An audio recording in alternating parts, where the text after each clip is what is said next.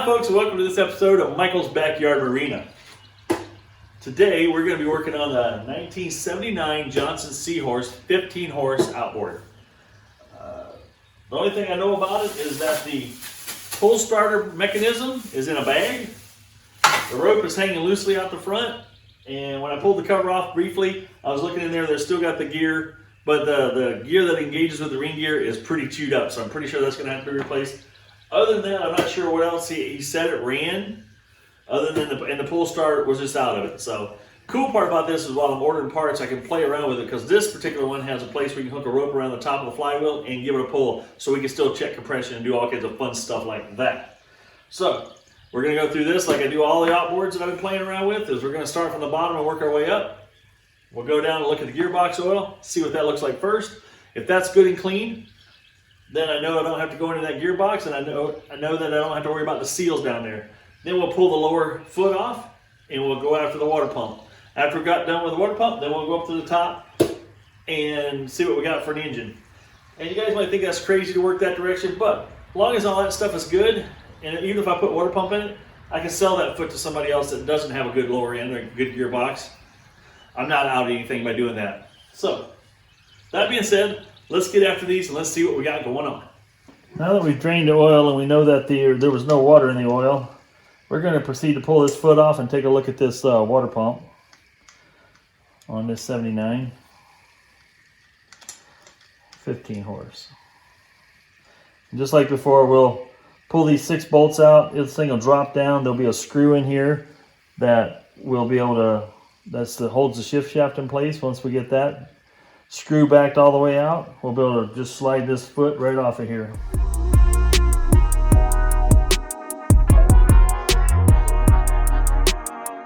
Now what you might find is somebody might have put one of these screws in backwards at some point in time. If they did that, it's not cool because it doesn't pinch on the shaft, it just, the bolt's the only thing locking it in place. And here's where I get my little needle nose in there. You guys might think this is a little nutty, but I like to stick all the screws back in for safekeeping, because if it's going to be apart for a couple of days or possibly up to a week, if you're ordering parts, it's a nice place to store all the screws there. Now here's a perfect example of why you take things apart when you get it, to take a look at what's going on inside. This little shaft seal is supposed to be pressed down into this housing, and it was right up here in the shaft for some reason. So there's something not quite right there. It could be this housing shot, or it could be this seal just didn't get pressed in there properly. So we're going to have to do a little work there and do a little investigation to see if this housing, I'll measure that housing and measure the seal to see if it's actually shot or not, or which one's the culprit for being bad. Well, let's pull that pump housing off and take a look at things. Everything's really oily and wet. Well, like I said, good news is there was no oil or water in the oil in the foot. Now, if you plan on using an impact to remove these, make sure your impact's in reverse, because these are just in aluminum. And you can strip it out fairly easily. I definitely do not tighten them with an impact. I want to get a good feel for those. So this is a rubber O-ring here that looks pretty flattened off and squared off. I'll probably replace that. Let's see what we got in here.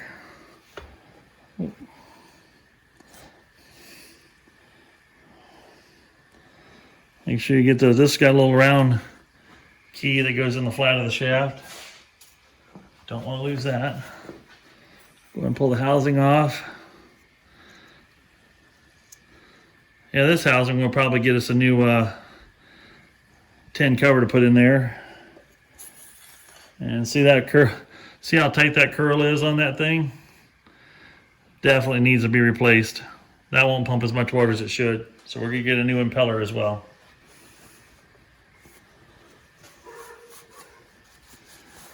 Everything under here looks pretty good.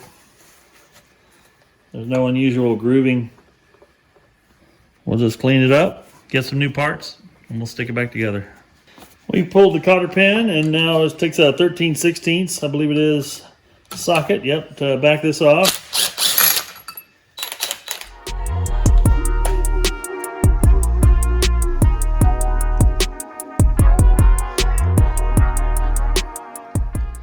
She's pretty clean back there. That'll be good enough. We can wipe off and put some fresh grease on it. We'll put it back together. There was no fishing line behind there. That's a good thing. So for right now, I'm just going to loosely put this back together so I don't lose any pieces. And we're going to go work on the top end. Let's go ahead and crack the shell on this one and see what's underneath the hood here. Let's see what we got going on.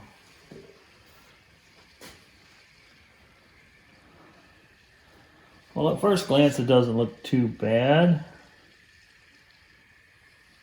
It's a little damp with oil like most two-strokes are that have some age on them. Here's the starter winder.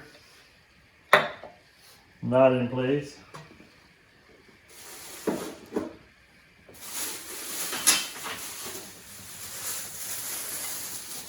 So I got the rest of the pieces in a bag, and I was looking at this gear.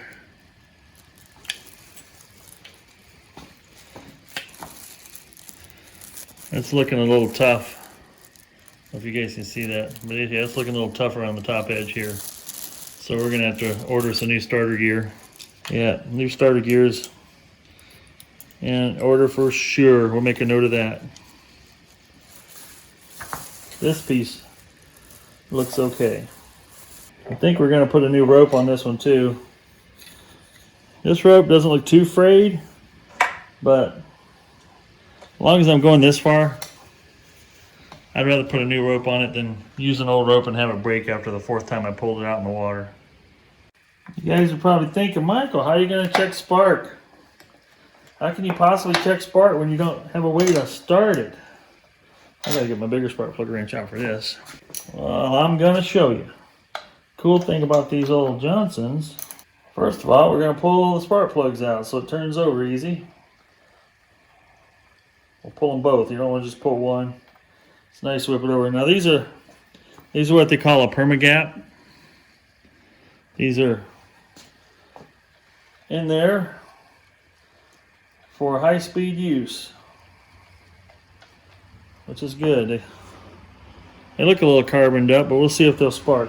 So what you can do here is this old rope here. I cut the old rope off.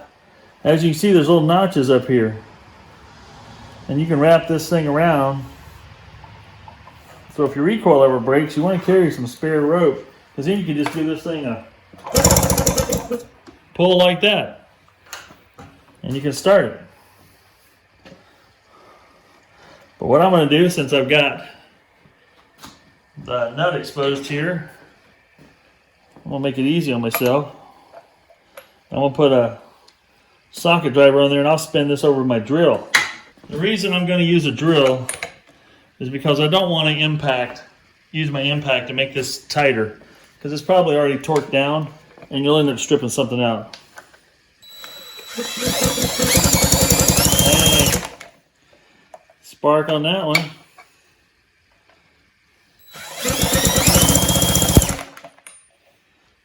That's a good thing. We got spark. Now we're going to check for compression. Now what I'm going to shoot in here, if I've got some fogging oil that I use for storing my boats in the wintertime, and I'm just going to spray that in the cylinders and roll this thing over.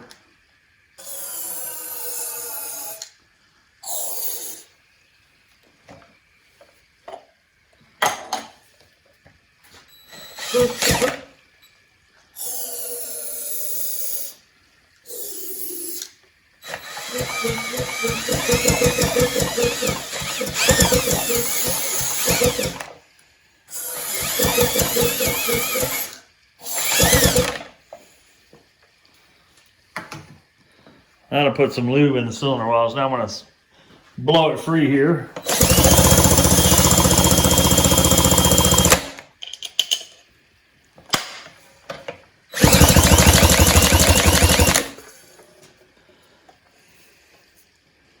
Yeah, that put her up to 100. Hey, we had some parts show up today for the old Johnson. You guessed it, we got the water pump parts. So to put this back together, this plate goes here. And we'll put a little dab of grease on the flat of this shaft here. Help hold this pin in place. This is your drive key. Now we just need to slide the old impeller back down in place. Make sure it falls in line with the key there. There we go. Now this has a new seal in the top, which is what we needed, which is great. You guys remember what I showed you? The secret on how to get this thing in the impeller housing really easy. We're going to put just a little bit of grease inside here. We're going to put a little grease on this seal to help it slide over the shaft without doing any damage to it. That just goes right down nice and easy. We'll put a little bit of grease on this. You guys are going to like this little trick if you remember it. If you don't remember it, you're seeing it for the first time, it'll shock and amaze you. So a lot of people will try to put that impeller up in the housing and then slide it down on there. You don't have to do that. Just push down gently on this and rotate the shaft. And that impeller will walk right in there just like that. And just like that, impeller's in place. And I turned it clockwise, so it's in the right direction. But even if you had it counterclockwise, once you turn it over the right way, those little impellers will correct themselves. Now that that's done, we can put the bolts in.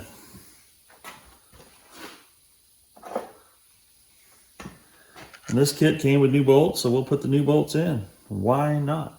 Now, like these folks on these bolts here, I don't like to use the impact to tighten things up. I like to make sure everything's starting like it should. So that's what I want to do with a regular old wrench.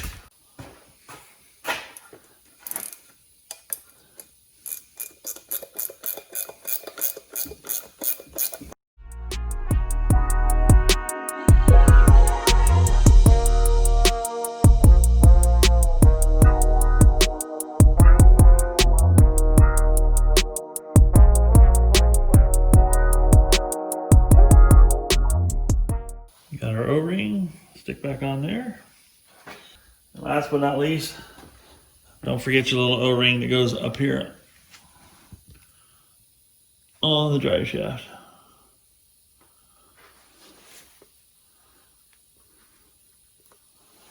There we go. That completes the water pump install. Now we're ready to install it back back onto the motor. All right, the other thing we want to do is make sure we grease up that drive shaft before we go back up in there.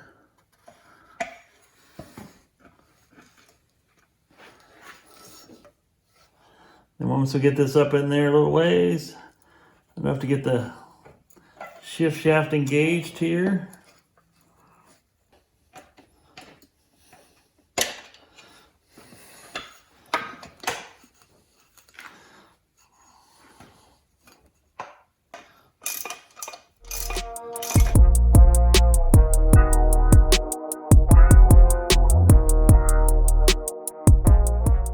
Now that the foot's reinstalled, let's put some grease on these splines.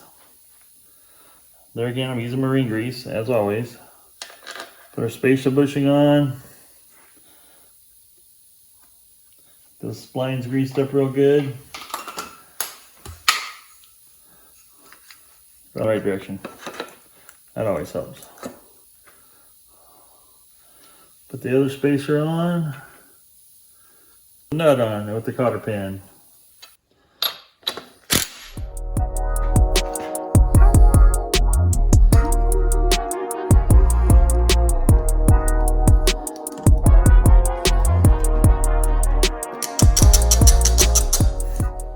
We got that foot back on, and we also had to adjust the shift linkage. It was a little out of whack. Bolts were loose and stuff like that, which is kind of concerning, but typical. You don't know what anybody's touched on another motor. So I got that adjusted. Now all we're waiting on for this one, if I get my recoil starter parts, I'm ready to throw plugs in it and give this thing a pull. As soon as those parts show up, we'll get after that. The one thing that was wrong with this motor when I got it right out of the gate was that this starter spring was busted. So I ordered a new starter spring and I also ordered a new rope and pull handle. So we're going to get after that. I just had this setting in here to keep it all in one piece. But now I'm going to learn how to put a new spring in things. That seems like a lot of spring to fit in that little cup. But it's supposed to be the right one, so let's see if we can get it in there. I'll tell you what, folks, I've never put one of these springs in before, but it's like fighting a cobra made out of steel.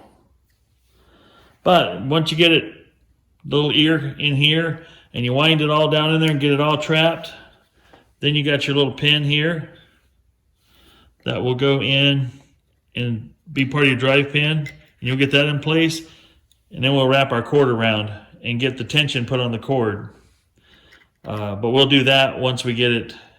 I believe we're going to play around with it, but I got to get the rope tied in here first. I know that, so let's go ahead and tie the rope into the pull string into the, I don't know what we call this, a spur gear, starter hub, whatever you want to call it. I don't know the official name. Now I do like this little pull starter rope and handle that you get from Sierra Marine. This one here, particular one, is 18-4904. Once again, not sponsored.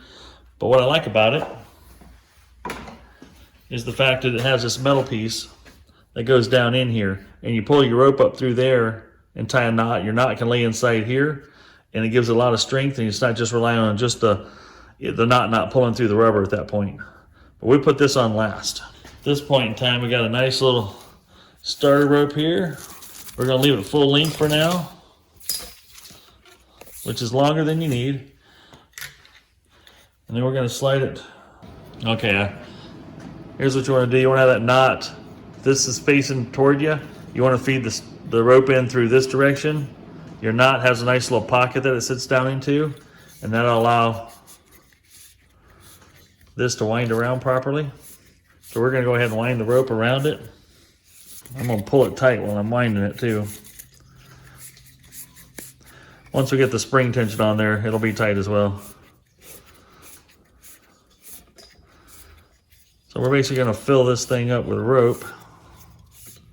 You don't want to be too full. About to the bottom of that gear there, I think is plenty. We're going to go ahead and stick this spring now. Let's see if I can get you in the picture. We're going to put this little pin right in that spring, the drive pin. Just locking it all together. I know it's hard to see this. You won't be able to see this most likely.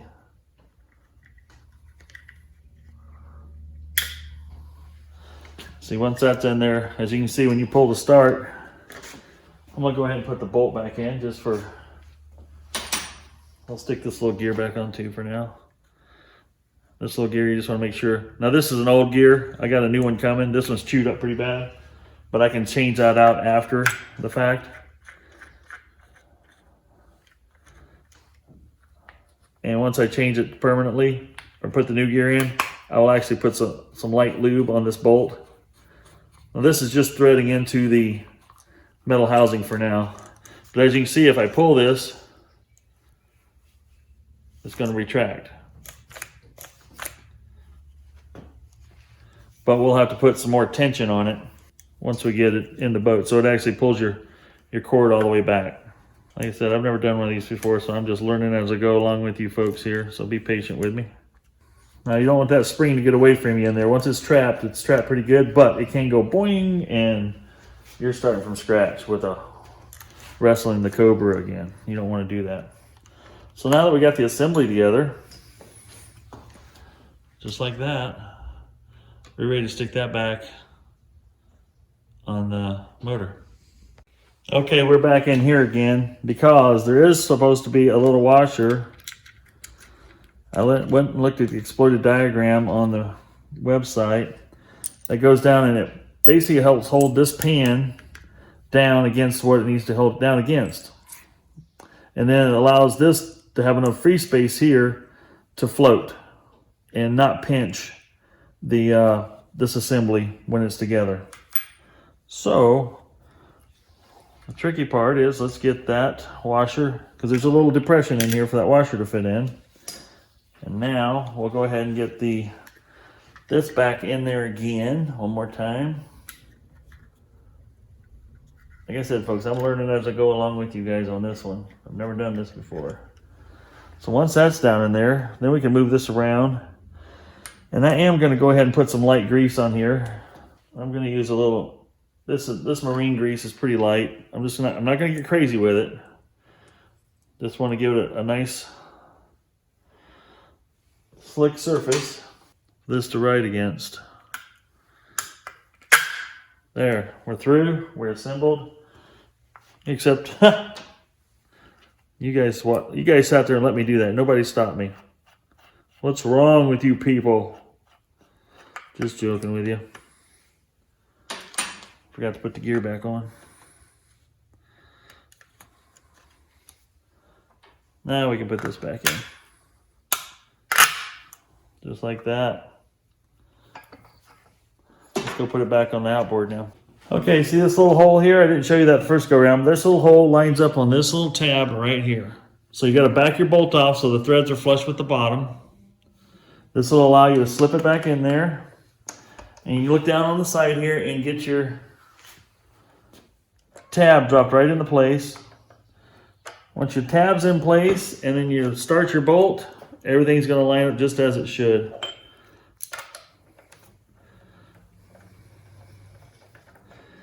Then we'll give that just a little snug there. And now we're ready to feed our rope through the hole. And I'm going to take this back. I'm going to show you how much extra rope here. I've got this wound pretty full. So let me back you up here. Hope I can get this in the shot. As you can see, this rope's come extra long. So pretend my handle was here. Let's just say my handle was right here. Well, let's just go ahead. I'm not going to tie a knot in yet, but I'm going to pretend it's right here where my hand's at. There's more pull and more rope there than I need. And that snaps right back where I want it. So I can actually thread my thing through, tie the knot, cut it off, and we'll have everything we need. So let's do that right now.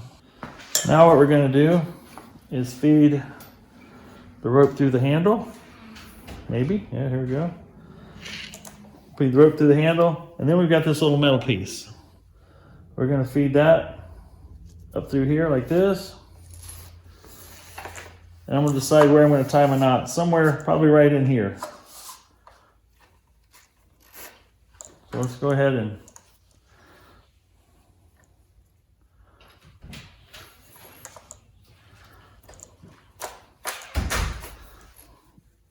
so you see that knot right there? That's going to work like I want it to. Once we get the knot tied in there, we'll cut off the excess. And this nice thing about this, you can leave a nice little pigtail on here. And we'll burn that so it doesn't fray.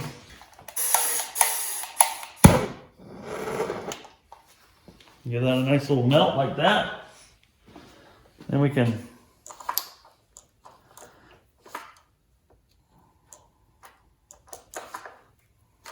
get that knot slid inside like that. And this handle, look at that, nice clean job. Now you got yourself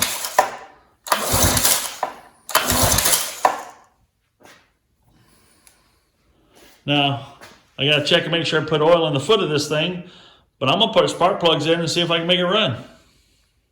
We're gonna go ahead and put the air box back on.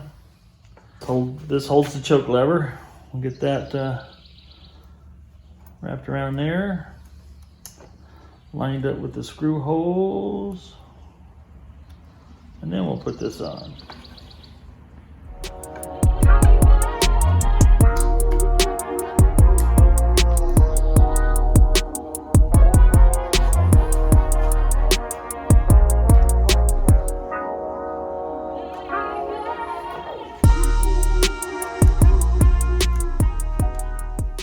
Now if you look inside this cover, it's going to say that if there's any, if you got slop in here, you want to push it back so that it's tight up against the mouth of the carburetor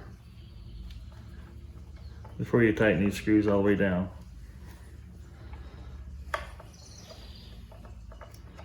I said, I haven't heard this run. I bought this from a gentleman that had, basically I got this starter in a bag, and the gear oil's good, the compression's good in my opinion, and all we need is fuel. We got spark, we need fuel, it should run. Like I said, I bought a carb kit just in case I need to rebuild the carb, but we'll see if it runs first and how it acts. Carburetor may be just fine. Time for the tank. Let's put some gas on it. Put it in the tank. Let's go.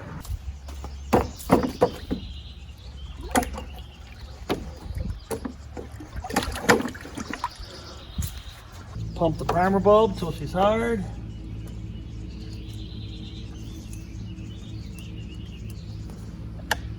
Pretty good. Pull the choke. Give it a yank.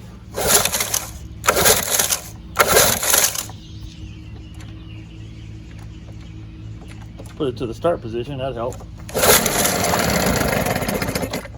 Well, that was good.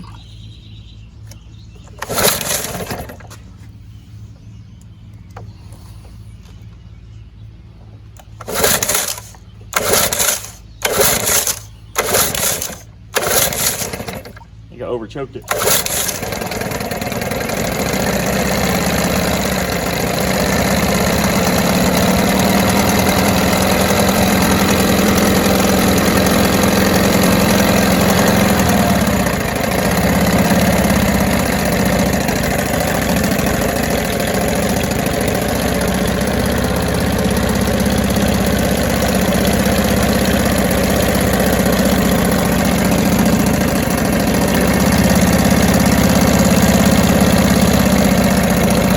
So far, so good. Being out water. Pump working good.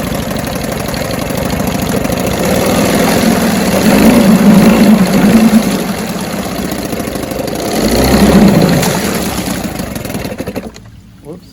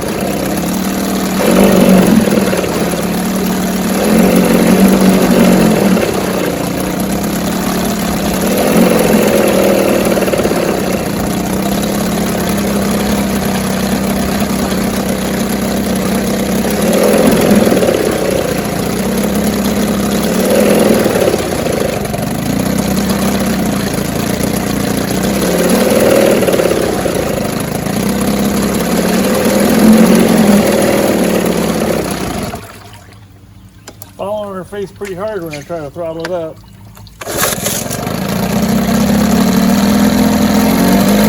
Well, as you saw there in the test tank, she felt pretty hard on her face when I tried to rev it up and tried to give it some throttle. That's why the tank test is so important, because it might rev up just fine with no load.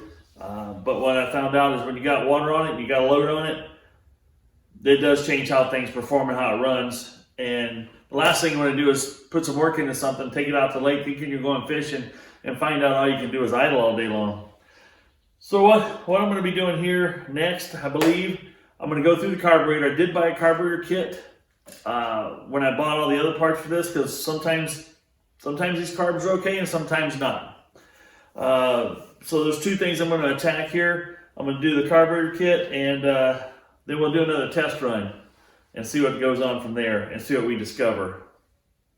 And then we'll hopefully be close to having this thing in top-notch shape. Now the cool part about these old outboards that you might not think about is like you have to put a little money into them. Like this is a 79. Yes, it's old. But once you replace the carb kit, maybe a fuel pump, the impeller, replace the gear oil, check the compression, you can see what kind of condition your engine's in. And it can be good for a lot more years. Brand new motors are very expensive. And some of these old girls here like this are pretty neat. And they're just fun to run because they're kind of a classic thing. You start playing around with motors. 79. That's getting up in age. So, but it still runs like a brand new one once I get a few of these other things tweaked in.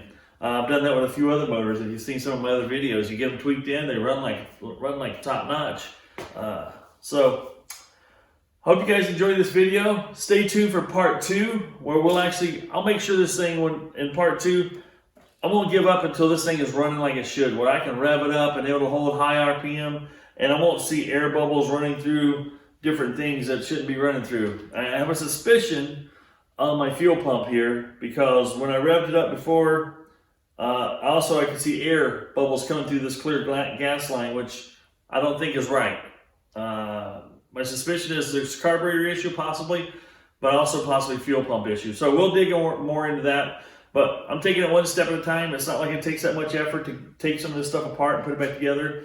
The fuel pump here is on the side, so if I got to do that, that's an easy without having to take the carburetor back off. Easy thing to do. So, hope you guys enjoyed this video. You did get to see it run. You didn't get to see it run perfectly, but I promise you in part 2, you will get to see it run perfectly before the video is over. So get out there and do something fun, folks. I got to get to work. I'm waiting on some parts for this. I'm going to be working on Frankenstein. I got to do some wiring on that. If you guys have seen my John Deere Suzuki Morph, I'm calling it Frankenstein, go check it out. It's an interesting video of putting a 21 horse John Deere Briggs & Stratton V-twin off of a John Deere lawnmower onto a 30 horse Suzuki that used to be a 2-stroke power head. And it runs. So you get to go see that. You'll get to see it run. And so I'm going to do some more modifications in another video on part 2 coming up for that as well very soon. So get out there and do something fun, folks. Tinker, enjoy, fish, enjoy the outdoors, enjoy the indoor. Whatever you enjoy doing, just do it. If you enjoy just sitting on the couch watching TV, eating pizza, do it. If you enjoy getting outside and hiking, going fishing, do it. Don't wait. Do it. Live life, have fun, get out there. Michael out.